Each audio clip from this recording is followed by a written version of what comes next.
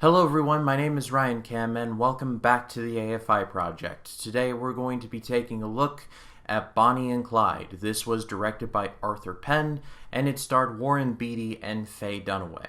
And this is based on the lives of real-life criminals Bonnie Parker and Clyde Barrow. And this movie essentially covers their entire run from their rise of their robbing banks in the Great Depression to their becoming anti-heroes and their eventual demise. This was my first time watching this movie. This was yet another first-timer for me.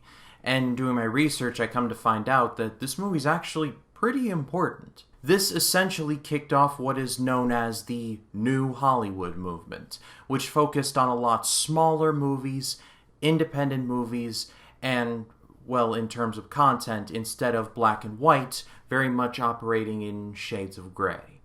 And while there are too many names and too many movies to mention just how important they were and how relevant they are because of the New Hollywood movement, I'm just going to rattle off a couple of directors' names just to see how influential this movement was. Stanley Kubrick, Martin Scorsese, George A. Romero, and Sam Raimi. And like I mentioned, this was my first time watching this movie, and I really dug it. And that all boils down to the chemistry between Beatty and Dunaway. They make this entire movie. When the two start out, Bonnie and Clyde, they have like kind of a friendly thing. But then as they grow more close to each other, that's when they start really getting it on. And a staple of the New Hollywood movement was showing off darker themes with a bit of an edge. And that goes double for Bonnie and Clyde because, well, again, I try not to swear or touch on any of this on this channel, not because I'm some kind of prude or anything, but because it's just difficult to talk about, so I'm just going to try and take narrow steps. But essentially, in this movie, Clyde Barrow is impotent. Like, he can't get it up. Which in the original script, he was supposed to be able to work it fine, but he was also supposed to be bisexual. And I guess the censors at the time were like, yeah, no. And allegedly Beatty was all for it, but, you know, censors gotta be censors, so it was thrown out. But the whole Clyde being able to not get it up thing is not just like one of those subtle undercurrents. No, it's one of the driving forces behind the entire movie.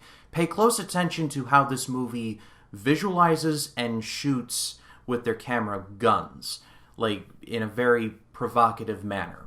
I'm just going to leave it at that. But not only is this movie important in terms of its content, but it's also in terms of how the content was carried out. Because this movie was among one of the first to have an incredibly graphic shootout at the end.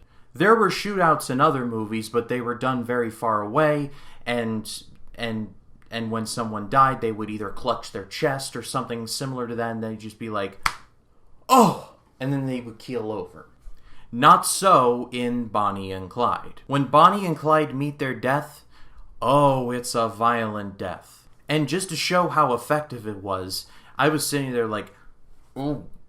And I like had to turn away. Now, I've seen a lot of stuff, like just in modern movies alone. So if I had to like do this and like do a physical turn, that's how you know it's effective. And at the end of the day, I can definitely understand why this movie is held in high regard and how important it was.